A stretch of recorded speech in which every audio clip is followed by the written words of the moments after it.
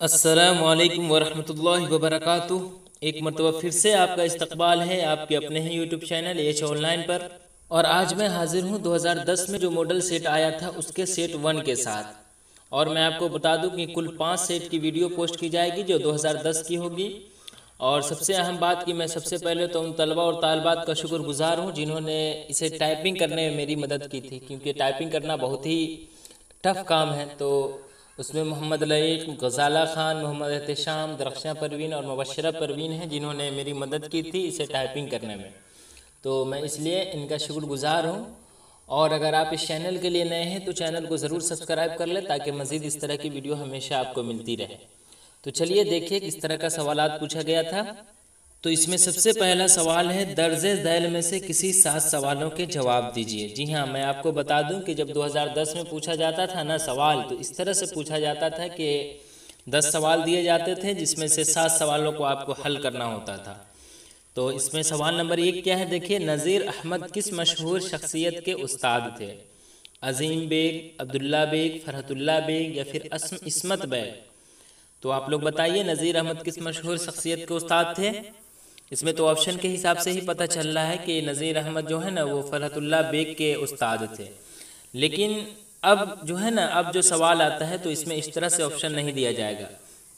अब आपको कंफ्यूज होने के लिए दे दिया जाएगा फरहतुल्ला बेग, शिबली नोमानी, अब्दुल्ला बेग या फिर और कोई शायर का नाम, ताकि बच्चे कंफ्यूज करें।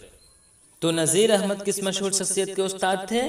मिर्ज़ा फरहतुल्ला बेग के उस्ताद थे। उसके बाद देखिए सवाल नंबर 2, अरबो हिंद के ताल्लुकात किसकी किताब है? हाली, सैयद सुलेमान नदवी, मोहम्मद हुसैन आज़ाद या फिर शिबली नोमानी? तो आप लोग बताइए, अरबो हिंद के ताल्लुकात किसकी किताब थी? अरबो हिंद के ताल्लुकात सैयद सुलेमान नदवी की किताब थी। और मैं आपको बता दूं कि इनकी बहुत सारी किताबें हैं, जैसे अरबो हिंद के ताल्लुकात हो गया, अरबों की जहाज़रानी, सीरत आयशा, ख़य्याम और रहमत आलम, ये सब जो है ना ये सैयद सुलेमान नदवी की मशहूर किताबें हैं। चलिए अब आगे देखिए सवाल नंबर 3, वज़ीर आगा का ताल्लुक़ किस सिन्फ से है? इंशाइया, अफसाना, नाविल या फिर खाका? तो आप लोग बताएं, वज़ीर आगा का ताल्लुक़ किस सिन्फ से है? जी हाँ, वज़ीर आगा का ताल्लुक़ इंशाइया से है। और इसका आप लोगों को क्या पढ़ना है? मजमून है, उसका नाम क्या है? इंशाइया क्या है, जिसके लिखने वाले वज़ीर आगा है। और उसके बाद आगे देखिए सवाल नंबर 4, अहमद जमाल पाशा कहाँ पैदा हुए? पटना, इलाहाबाद, लखनऊ या फिर दिल्ली? तो अहमद जमाल पाशा कहाँ पैदा हुए थे? अहमद जमाल पाशा इलाहाबाद में पैदा हुए थे। लेकिन अगर आपसे पूछे कि अहमद जमाल पाशा किस महल्ले में पैदा हुए थे, तो अहमद जमाल पाशा खुल्द आबाद महल्ले में पैदा हुए थे। और कब पैदा हुए थे? तो 1929 ईस्वी में पैदा हुए थे। और कब इंतकाल किए थे? तो 28 सितंबर 1987 ईस्वी को पटना में दिल का दौरा पड़ने से इंतकाल किए थे। मैं सब बता देता हूँ ताकि आप याद रखें। चलिए आगे देखिए सवाल नंबर 5, बंजारों को और किस नाम से जाना जाता है? खाना बदोश, शिकारी, सब्जी फरोश या फिर अदीब? तो बंजारों को और किस नाम से जाना जाता है? खाना बदोश के नाम से जाना जाता है। और ये भी सवाल जो है वो हिजरत जो है हिजरत से ही लिया गया है, जिसके लिखने वाले अहमद जमाल पाशा है। और हिजरत जो है वो क्या है, आप लोग बताएं, हिजरत क्या है? हिजरत इंशाइया है। उसी तरह अगर आपसे पूछे मिट्टी का तेल, बाज पुराने लफ्ज़ों की नई तहकीक, इंशाइया क्या है, ये सब क्या है? तो ये सब मजमून है। और अगर पूछे कि नज़ीर अहमद की कहानी क्या है, तो खाका है। चलिए आगे देखिए सवाल नंबर 6, बागो बहार किस शहर में लिखी गई? दिल्ली में, कलकत्ता में, लखनऊ में या फिर पटना में? तो बागो बहार कलकत्ता में लिखी गई। और ये क्या है? ये एक दास्तान है। और इसके लिखने वाले कौन है? मीर अमन देहलवी है। चलिए आगे देखिए सवाल नंबर 7, मीर अमन की दूसरी किताब का नाम क्या है? फसाना अजायब, ख्वाबो ख्याल, गंजे खूबी या फिर नौतर्ज मुरस्सा?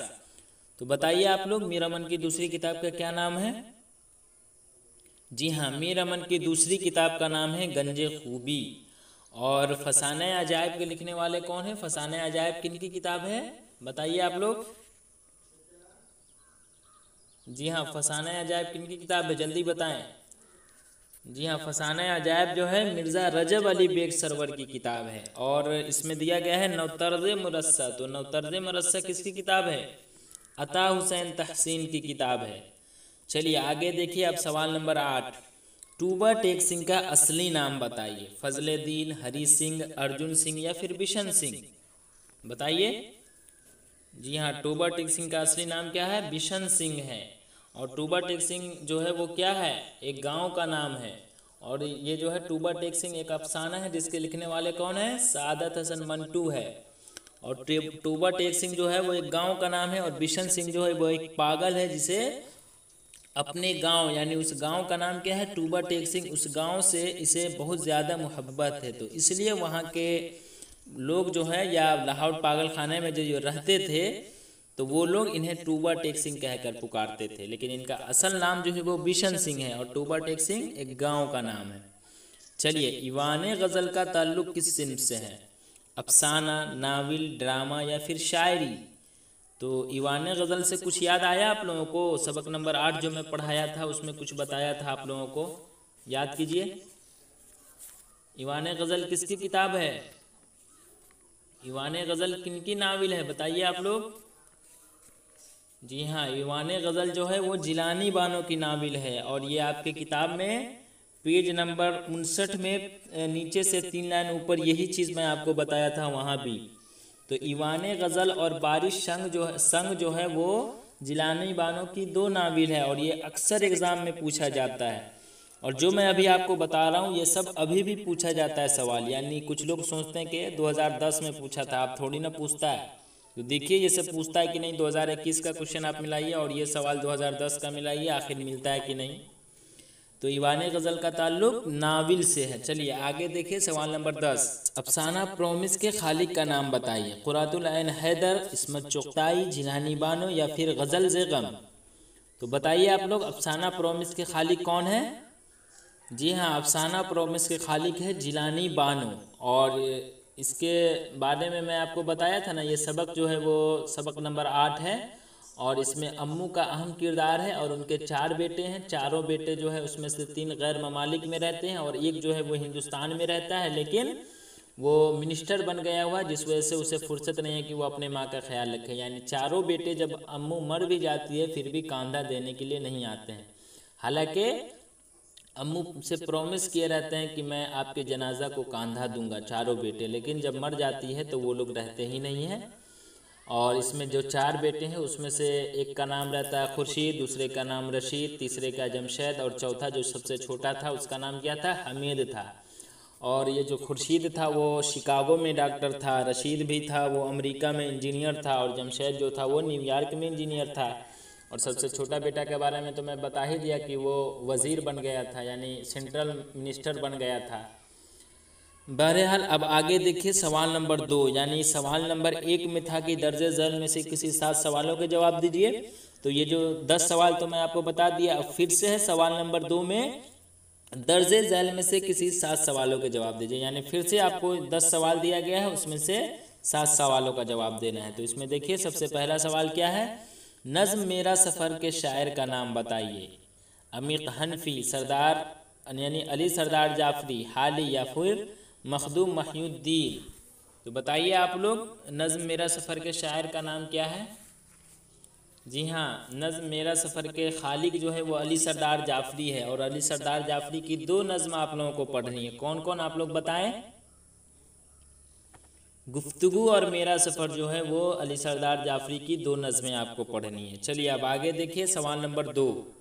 अकबर इलाहाबादी कब पैदा हुए? 1825, 1850, 1855 या फिर 1845? तो अकबर इलाहाबादी कब पैदा हुए? अकबर इलाहाबादी अक्टूबर 1845 ईस्वी में पैदा हुए। और कहाँ पैदा हुए? ज़िला इलाहाबाद में पैदा हुए। और इनका असल नाम क्या था? यानी इनका पूरा नाम क्या था? अकबर हुसैन था। हालांकि मैं एक चीज़ बता दूं कि इनकी पैदाइश तो 1845 ईस्वी में है, लेकिन बाज़ लोगों ने जो है ना इनकी पैदाइश जो है 1846 लिखी है, जो दुरुस्त नहीं है, समझे? इसलिए आप लोग कंफ्यूज नहीं करेंगे कि 1846 हो। हालांकि इसमें तो 1846 ऑप्शन में है भी नहीं और नहीं रहेगा भी। आप टेंशन न लें, क्योंकि कन्फ्यूज़न वाला सवाल जो रहता है ना उसमें एक ही ऑप्शन रहेगा, चाहे 1845 या फिर 1846।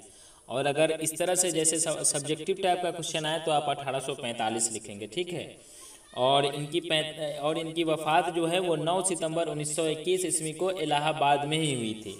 अकबर इलाहाबादी जो है वो इलाहाबादी क्यों कहा जाता है, इनकी पैदाइश जो है वो अकबर इलाहाबाद में हुई थी इसलिए, और हालांकि इनकी वफ़ात भी जो है ना वो इलाहाबाद में ही हुई थी। चलिए अब आगे देखिए सवाल नंबर 3, नज़्म मुतशायर के शायर कौन है? अली सरदार जाफरी, ज़फ़र कमाली, अमीर हनफी या मशकूर जलाली?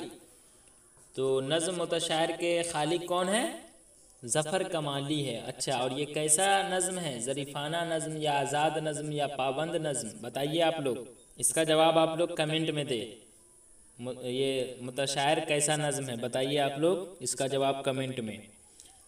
चलिए अब आगे देखिए सवाल नंबर 4, खेती कैसी नज़्म है? या देखिए इसी तरह से सवाल आएगा, जैसे अभी मैं आपसे पूछा हूँ ना कि मुतशायर कैसा नज़्म है, तो इसका जवाब आप कमेंट में देंगे। उसी तरह यहाँ पूछा है खेती कैसी नज़्म है? आज़ाद नज़्म, पाबंद नज़्म, ज़रीफ़ाना नज़्म या मारी? तो खेती कैसा नज़्म है? आज़ाद नज़्म है, समझे। और मुतशायर यानी मुतशायर के शायर कौन है? तो वो ज़फ़र कमाली है। तो मुतशायर कैसा नज़्म है? आप लोग तो इसका जवाब कमेंट में दें। और बर्क़ कलीसा जो है वो भी आपको बता दूं कि बर्क़ कलीसा जो है ना वो ज़रीफ़ाना नज़्म है, और मुतशायर कैसा नज़्म है वो इसका जवाब आप कमेंट में दें। बार बार मैं आपको बता रहा हूँ ताकि कन्फ्यूज़न न रहे। चलिए अब आगे देखिए सवाल नंबर 5, जोश का असल नाम क्या है? शमशेर हुसैन, शब्बीर हुसैन खां, बशीर हुसैन खां या शेर अली खां? जोश का मतलब कौन जोश? जोश मलियाबादी। तो उसका असल नाम क्या है बताइए आप लोग? जोश मलियाबादी का असल नाम क्या है? शब्बीर हुसैन खां है। और ये जो तखल्लुस जो है ना वो जोश है। तो इसका सही जवाब क्या है? ऑप्शन बा में जो है शब्बीर हुसैन खां वो। उसके बाद चलिए सवाल नंबर 6, तशबीब का ताल्लुक किस सिम्त से है? कसीदा, रुबाई, मसनवी या फिर मरसिया? तो ये तो बहुत आसान सवाल है लेकिन ये हर साल पूछा जाता है। बताइए आप लोग तशबीब का ताल्लुक किस सिम्त से है? जी हाँ, तशबीब का ताल्लुक जो है वो कसीदा से है। चलिए उसके बाद आगे देखिए सवाल नंबर 7, ऊद हिंदी किसके खतूत का मजमुआ है? गालिब, सर सैयद, इकबाल या फिर चकबस्त? तो देखिए सबसे ज़्यादा पूछा जाने वाला ये सवाल है। 2 सवाल अक्सर पूछा जाता है, या तो आपसे पूछ देगा कि ऊद हिंदी किसके खतूत का मजमुआ है, या फिर आपसे पूछ देगा कि उर्दू मोहल्ला किसके खतूत का मजमुआ है। तो देखिए इस सवाल को बनाएंगे कैसे? देखिए बनाने का सबसे आसान तरीका है कि इसमें ऑप्शन देखिए, गालिब, सर सैयद, इकबाल या फिर चकबस्त। तो इसमें सर सैयद, इकबाल और चकबस्त का तो आप लोगों को पढ़ना ही नहीं है। अब बच कौन गया? मिर्ज़ा असदुल्ला खां गालिब। तो ऊद हिंदी किसके खतूत का मजमुआ है? गालिब के खतूत का मजमुआ है। और इसी तरह आपसे पूछ दिया जाएगा उर्दू मोहल्ला किसके खतूत का मजमुआ है? ये हर साल पूछा जाता है। 2021 में ये तो दोनों सवाल पूछ दिया था, यानी ऊद हिंदी किसके खतूत का मजमुआ है और उर्दू मोहल्ला किसके खतूत का मजमुआ है, ये दोनों पूछ दिया था। और फिर से आप जाएंगे एग्ज़ाम देने 2022 में, तो ये फिर से सवाल देखने को मिलेगा, आप देख लेंगे। तो ऊद हिंदी या उर्दू मोहल्ला किसके खतूत का मजमुआ है? मिर्ज़ा असदुल्ला खां गालिब के खतूत का मजमुआ है। अच्छा, अब देखिए कुछ लोग मतलब पढ़कर भी लोग कैसे कंफ्यूज करते हुए मैं आपको बताता हूँ। जैसे इसमें लिखा है ऊद हिंदी किसके खतूत का मजमुआ है। अब यहाँ खतूत देखा, अच्छा खतूत का मतलब पकड़ लिए मौलाना अबुल कलाम आज़ाद को, यही है, यही को पकड़ो। तो सबसे पहले आप देखिए गौर से कि ऊद हिंदी और उर्दू मोहल्ला किसके खतूत का मजमुआ है। खतूत का मतलब ये थोड़ी ना है कि मौलाना अबुल कलाम आज़ाद का खतूत आप लोगों को पढ़ना है तो वही हो गया, ऐसा नहीं होता है। तो इस तरह से आप याद ना रखेंगे, आप बस याद रखें ऊद हिंदी और उर्दू मोहल्ला मिर्ज़ा असदुल्ला खां गालिब के खतूत का मजमुआ है। चलिए मैं इस तरह इसलिए बोला हूँ ताकि आप कम से कम याद तो रख लें, क्योंकि ये अक्सर एग्ज़ाम में पूछा जाने वाला सवाल है। चलिए अब आगे देखिए, मोहम्मद के आदाद बताइए, 92, 93, 94 या 95? तो देखिए मोहम्मद के आदाद बताइए, ये आपको कैसे बनेगा आप लोग तो सोच में पड़ जाएंगे। ये अबजद इदरीसी करके मैं एक वीडियो बनाया था, सबसे पहले आप उस वीडियो को देखें। बागो बहार का नंबर जैसे 1217 है वो कैसे आता है, या फिर बिस्मिल्लाहिर्रहमानिर्रहीम को 786 कैसे लिखते हैं, या जैसे अगर आपका नाम अरशद है तो अरशद का कितना नंबर मिलता है। उसी तरह अगर आपका नाम फॉर एग्ज़ाम्पल लईक है तो लईक का कितना नंबर मिलता है, ये सब उसमें बताया गया है। उसी तरह मोहम्मद है तो मोहम्मद जो है वो मोहम्मद का आदाद बताइए, यहाँ पूछ रहा है तो कितना मिलता है, तो मोहम्मद का आदाद 92 मिलता है। और ये कैसे आया इसके लिए आप सबसे पहले अबजद इदरीसी देखें, ठीक। क्योंकि बगैर देखे आप समझ ही नहीं पाएंगे। और वहाँ मैं अच्छे से समझाया हूँ, 10-12 मिनट की वीडियो बनी थी, मैं बहुत सारे एग्जाम्पल लेकर वहाँ समझाया था। तो आप ज़रूर देखें उस वीडियो को, क्योंकि 2-3 नंबर आपसे एग्ज़ाम में पूछेगा। और सबसे आसान है ये, बस जोड़ना है आपको। मतलब क्या कहते हैं, जैसे मोहम्मद में मीम, हा, मीम और दाल है ना, तो इसका नंबर वहाँ कितना कितना होता है वो लिख के और उसको जोड़कर और आंसर ला देना है, यानी 92 ला देना है। चलिए आगे देखिए सवाल नंबर 9। गमे अरशद अता काकवी ने किसकी मौत पर लिखा था? बाप की, भाई की, बेटे की या फिर उस्ताद की? तो गमे अरशद जो है अता काकवी ने बेटे की मौत पर लिखा था, और बेटे का नाम क्या था? अरशद था। और गमे अरशद क्या है? क़िता तारीख़ है, यानी गमे अरशद अता काकवी का ऐसे क़िता तारीख़ है जो उन्होंने अपने जवां साल बेटे अरशद काकवी की मौत पर लिखा है। तो इसका सही जवाब क्या है? ऑप्शन जीम, बेटे, और उस बेटे का नाम क्या था? अरशद काकवी। चलिए अब सवाल नंबर 10 देखिए। उर्दू के पहले मरसिया का नाम बताइए। नौसरहार, कुतुब मिश्तरी, सहरुल बयान या फिर गुलजार नसीम? तो आप लोग बताएं उर्दू के पहले मरसिया का नाम क्या है? नौसरहार, कुतुब मिश्तरी, सहरुल बयान या फिर गुलजार नसीम? तो जी हाँ, उर्दू के पहले मरसिया का नाम जो है ना वो नौसरहार है। और अच्छा, आप कहेंगे कि ये कहाँ लिखा हुआ है आपके किताब में? तो मैं आपको बता दूं कि आप किताब में जाएं और पेज नंबर 176 खोलें। उसमें देखिए ऊपर से 4 लाइन नीचे आइएगा ना, तो उसमें लिखा है कि दक्कन में 16वीं सदी के आगाज़ से मरासी मिलने लगते हैं। सैयद शाह अशरफ बयाबानी की मसनवी नौसरहार 1503 ईस्वी में शाये हुआ, जो आम तौर पर उर्दू का पहला मरसिया कहा जाता है। तो इससे क्या पता चला? उर्दू के पहले मरसिया का नाम क्या है? नौसरहार है। अच्छा, आपसे एक चीज़ और पूछा जाएगा कि उर्दू की पहली अदबी दास्तान यानी जो है किताब, उसका नाम क्या है? तो क्या है? सबरस है। और उसके लिखने वाले कौन है? मुल्ला वजही है। तो ये चीज़ भी आप याद रख लें। चलिए अब आगे देखिए, सवाल नंबर 3 आ गया। इसमें पूछा है कि जैसे ऊपर में जो दिया गया था ना कि दर्जे झैल में से किसी 7 सवालों के जवाब दीजिए, तो अब इसी तरह यहाँ दिया है कुल 6 सवाल, और इसमें से आपको पूछ रहा है कि 5 सवालों के जवाब दीजिए। तो देखिए इसमें सबसे पहला सवाल क्या है? लोक नायक के नाम से किसे पुकारा जाता है? जयप्रकाश नारायण, महात्मा गांधी, राजेंद्र प्रसाद या फिर मौलाना अबुल कलाम आज़ाद? तो लोक नायक के नाम से जो है ना वो जयप्रकाश नारायण को पुकारा जाता है। और जयप्रकाश नारायण का आपको क्या पढ़ना है? कामिल इनकलाब पढ़ना है। और अच्छा, ये आपके किताब में कहाँ लिखा हुआ है? तो देखिए पेज नंबर 214 में लिखा गया है। मैं आपको बता दूं कि जयप्रकाश नारायण जो है ना वो 1974 ईस्वी में बिहार में तालिबे इल्मों की तहरीक की क़ियादत हाथ में लेकर एक कामयाब मुल्क गिर अवामी तहरीक की बुनियाद रखी। और उसी तहरीक के ज़माने से जयप्रकाश नारायण को लोकनायक कहा जाने लगा। और या तो लोकनायक लोग कहते थे या फिर उन्हें मुख्तसर में जेपी से याद करने लगे थे। तो लोकनायक के नाम से किसे पुकारा जाता है? जयप्रकाश नारायण को पुकारा जाता है। और ये चीज़ जो मैं आपको बताया हूँ ना, ये आपके किताब में पेज नंबर 214 में नीचे से 3 लाइन ऊपर जाइएगा ना, तो वो पैराग्राफ जब पढ़िएगा ना तो उसमें ये चीज़ लिखा है। समझे? मैं अलग से नहीं बता रहा हूँ, जो आपकी किताब में लिखा है वही चीज़ें मैं आपको बता रहा हूँ। चलिए अब सवाल नंबर 2 देखिए। दर्जे झैल शोरा में किनका ताल्लुक़ फिल्मों से था? साहिर लुधियानवी, अल्लामा इकबाल, शाद अज़ीम आबादी या फिर मिर्ज़ा गालिब? तो आप लोग बताइए कि दर्जे झैल शोरा में किनका ताल्लुक़ फिल्मों से था? बताइए आप लोग। जी हाँ, साहिर लुधियानवी का ताल्लुक़ जो है ना वो फिल्मों से था। और ये चीज़ें जो मैं अभी इसमें पूछ रहा है कि दर्जे झैल शोरा में किनका ताल्लुक़ फिल्मों से था, तो ये आपके किताब में पेज नंबर 249 में जाएं और नीचे से 5 लाइन ऊपर जाएं। उसमें मतलब लिखा है कि मई 1949 ईस्वी में मुंबई में तरक्की पसंद मुसन्निफ़ीन का कॉन्फ्रेंस में शिरकत के लिए साहिर मुंबई आए, तो उन्होंने यही मुस्तकिल क़याम का फैसला किया और फिल्मी दुनिया से वाबस्ता हो गए। तो इससे क्या पता चला कि ये दर्जे झैल शोरा में किनका ताल्लुक़ फिल्मों से है? तो साहिर लुधियानवी का ताल्लुक़ जो है वो फिल्मों से है। चलिए अब आप आगे देखिए सवाल नंबर 3। मिर्ज़ा गालिब का पहला तखल्लुस क्या था? गौर से सवाल देखिए, इसमें क्या पूछ रहा है? पहला तखल्लुस क्या था? असद, कलीम, गालिब या फिर आरिफ? तो मिर्ज़ा गालिब का पहला तखल्लुस क्या था? असद था। और बाद में इन्होंने जो है ना वो गालिब तखल्लुस इख्तियार कर ली थी। तो इसमें जो पूछा है तो पहला तखल्लुस क्या था? तो पहला तखल्लुस क्या था? असद था। चलिए अब आगे देखिए सवाल नंबर 4। इंशाइया कैसी सिन्फ है? शेरी, नसरी, दोनों या इनमें से कोई नहीं? तो इसका जवाब तो मैं बहुत पहले ही बता चुका था। इंशाइया कैसी सिन्फ है? इंशाइया जो है वो नसरी सिन्फ है। उसके बाद है सवाल नंबर 5, तज़हीके रोजगार में किसका मजाक उड़ाया गया है? घोड़े का, फौजी निज़ाम का, बेरोजगारी का या वतन की बदनज़मी का? तो तज़हीके रोजगार में किसका मजाक उड़ाया गया था, आप लोग बताएं। तज़हीके रोजगार में जो है ना वतन की बदनज़मी का मजाक उड़ाया गया था। चलिए, तो इसका सही जवाब क्या हो जाएगा? ऑप्शन दाल। उसके बाद है सवाल नंबर 6, अब्राहिम सक्का किसका अफसाना है? शफी जावेद, सलाम बिन रज़ाक, कासिम खुर्शीद या फिर प्रेमचंद? तो अब्राहिम सक्का किसका अफसाना है? अब्राहिम सक्का सलाम बिन रज़ाक का अफसाना है, जो आपके किताब में सबक नंबर 10 है। चलिए, उसके बाद है सवाल नंबर 7, कानून दां को उर्दू में क्या कहते हैं? वकील, लीडर, उस्ताद या इनमें से कोई नहीं?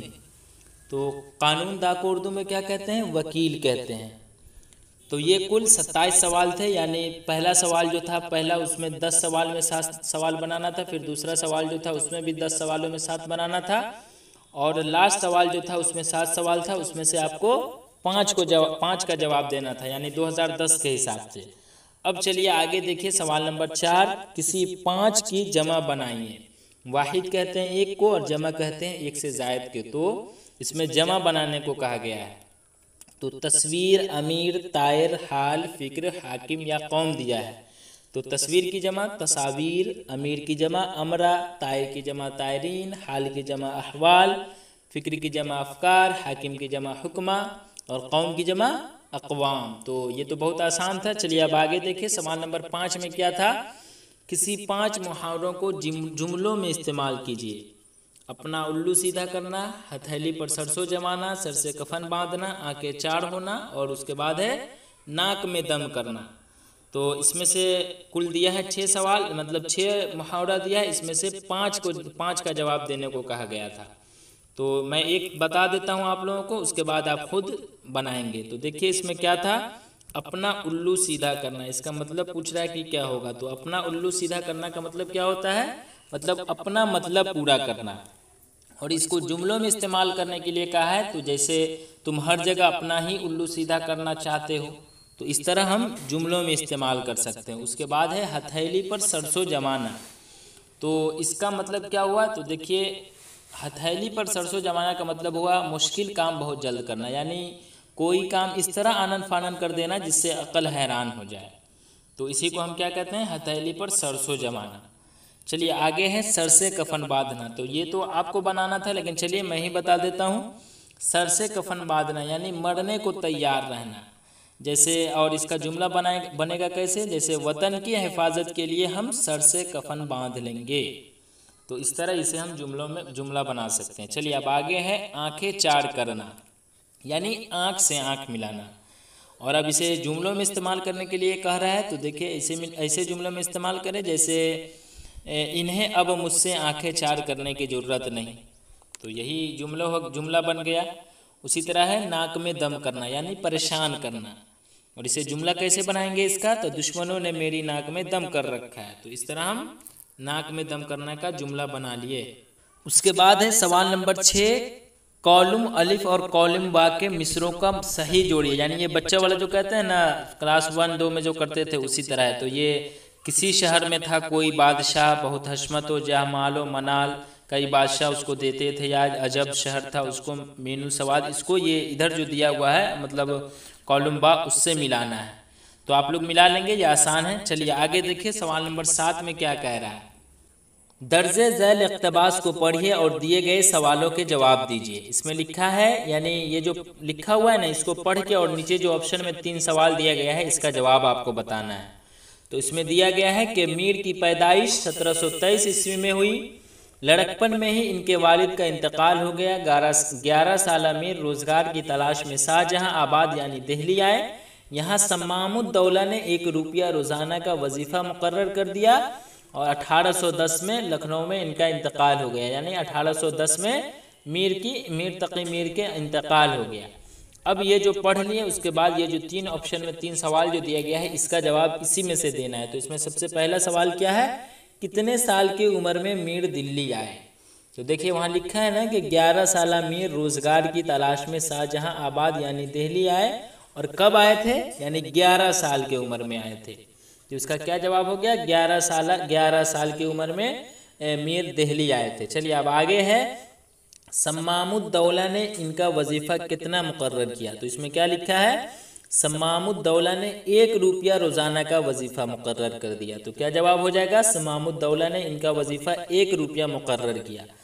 चलिए अब आगे देखिए, मीर के वालिद का इंतकाल कब हो गया। तो यहाँ लिखा हुआ है ना, लड़कपन में ही उनके वालिद का इंतकाल हो गया। तो क्या जवाब हो जाएगा, मीर के वालिद का इंतकाल लड़कपन में ही हो गया। उसके बाद है सवाल नंबर 8, दर्जे झैल में से किसी 6 सवालों के जवाब दीजिए। 10 सवाल दिया गया है, उसमें से 6 सवालों के जवाब देना है। उसमें सबसे पहला है, मतला किसे कहते हैं, किसी गज़ल का एक मतला लिखकर समझाइए। तो देखिए, मतला किसी भी गज़ल, कसीदा या नज़्म वगैरह का पहला शेर होता है जिसके दोनों मिसरे हम काफिया और हम रदीफ होते हैं। यानी आप ये समझें कि पहले शेर को मतला कहा जाता है। तो ये तो मैं आसान लफ्ज़ों में आपको बताया हूँ, और इसकी मैं अलग से वीडियो बनाऊंगा जिसमें मतला, मक्ता, काफिया, रदीफ ये सब क्या है इसके बारे में बताऊंगा। तो उसमें आप डिटेल में समझेंगे। बस आप इतना समझिए अभी कि पहले शेर को हम मतला कहते हैं। चलिए अब आगे है सवाल नंबर 2। देखिए क्या सवाल नंबर 2 में है। सवाल नंबर 2 में है, करीमुन निसा के मुतालिक 5 जुमले लिखे। तो ये अब आपको पढ़ना नहीं है, तो ये आप ध्यान न करें। उसके बाद है सवाल नंबर 3, इंशाइया और मजमून में क्या फ़र्क है, 5 जुमले लिखिए। तो इसकी वीडियो मैं पहले ही बना चुका हूँ, आप जाकर देख लें। वो वज़ीर आगा के बारे में जो पढ़ना है आप लोगों को, उसमें मैं इसका जवाब बताया था, आप जाकर देखें। चलिए उसके बाद है सवाल नंबर 4, मिट्टी की बेचारगी और ज़िल्लत पर क्यों तरस आता है, मुख्तसर बताइए। तो इसकी भी मैं वीडियो पोस्ट कर चुका हूँ, ख्वाजा हसन नज़ामी की जो लिखी हुई है मिट्टी का तेल, उसमें मैं बताया था, तो आप जाकर देख लें। चलिए अब आगे है सवाल नंबर 5, फरहतुल्लाह बेग की खाका निगारी के बारे में 5 जुमले लिखे। सबसे पहला सबक जो है नज़ीर अहमद की कहानी, जिसके लिखने वाले मिर्ज़ा फरहतुल्लाह बेग है, उसमें मैं बताया था, आप वहाँ जाकर देखें। क्योंकि सारी चीज़ें मैं बता चुका हूँ, फिर मैं यहाँ वक्त नहीं बर्बाद करना चाहता हूँ। आप खुद जाकर वहाँ देखें, आप खुद समझ जाएंगे। चलिए अब आगे है, खाना बदोश ज़िंदगी का कुम्हार है, कैसे, मुख्तसर तरीन जवाब दीजिए। ये हिजरत जिसके लिखने वाले अहमद जमाल पाशा है, वहाँ से ये सवाल लिया गया है। तो इसकी भी मैं जवाब बता ही चुका हूँ, आप वहाँ जाकर देख लें। उसके बाद है, अहमद जमाल पाशा का तारुफ 5 जुमले में पेश कीजिए। अच्छे से मैं वहाँ बताया था, जाकर देखें।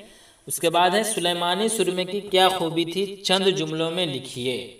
तो देखिए इस सवाल को भी मैं हल कर चुका हूँ। और ये जो बागो बहार है, जो एक दास्तान है जिसके लिखने वाले मीर अमन देहलवी है, वहाँ मैं बताया था, वहाँ ये सवाल नंबर 2 या 3 था, जिसमें पूछा था कि सुलेमानी सुरमे की क्या खूबी है। तो मैं वहाँ बताया था कि सुलेमानी सुरमे की यह खूबी थी कि जब कोई शख्स अपनी आंखों में 1-2 सलाई लगा लेता था तो उसको जिन्नातों की दुनिया नज़र आने लगती थी। यहाँ तक कि जिन्नातों के सारे हरकातों सकनात भी नज़र आने लगते थे, और सुरमा लगाने वाला शख्स जिन्नातों से बातें भी कर सकता था। तो खैर मैं यहाँ भी बता दिया, लेकिन वहाँ भी मैं अच्छे से बताए हूँ, आप जाकर वहाँ देख लें। चलिए उसके बाद है, टूबा टेक्सिंग अपने मुलाकातियों के आने से कभी किस तरह तैयार होता था। ये जो है ये अफसाना जो है टूबा टेक्सिंग, जिसके लिखने वाले सादत हसन मंटू है, वहाँ से ये सवाल पूछा गया है।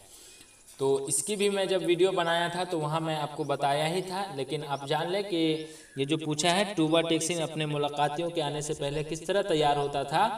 तो टूबा टेक्सिंग सबसे पहले कौन था, टूबा टेक्सिंग एक पागल का नाम था, जिसका असल नाम जो था वो बिशन सिंह था, और टूबा टेक्सिंग एक गाँव का नाम था, लेकिन उसे गाँव से इतनी मोहब्बत थी कि लोग उन्हें टूबा टेक्सिंग कहते थे। बहरहाल टूबा टेक्सिंग एक पागल था, वो अपने मुलाकातियों के आने से पहले तैयार होने में बड़ा एहतमाम करता था। उसे अपने रिश्तेदारों के आने का पता जब चल जाता था तो उससे पहले वो अपने मुलाकातियों से मिले, यानी उससे पहले वो अपने मुलाकातियों से मिले, उससे पहले वह खूब अच्छी तरह से नहाता, बदन पर साबुन घिसता, सर में तेल डालता, फिर कंघी करता, अपने ऐसे कपड़े जो कभी इस्तेमाल नहीं करता, जैसे हम लोग ईद बकरीद में कपड़ा सिलवाते हैं ना, नया नया कपड़ा, उसी तरह वो कपड़े कभी इस्तेमाल नहीं किया रहता था, वो कपड़े पहनता था और मिलने वालों से फिर मिलता था। और जब उनसे लोग पूछते थे कुछ भी तो वो खामोश रहता था, और फिर अगर भी कुछ बोलता भी था तो वो फिर पंजाबी ज़बान में कुछ बोल देता था।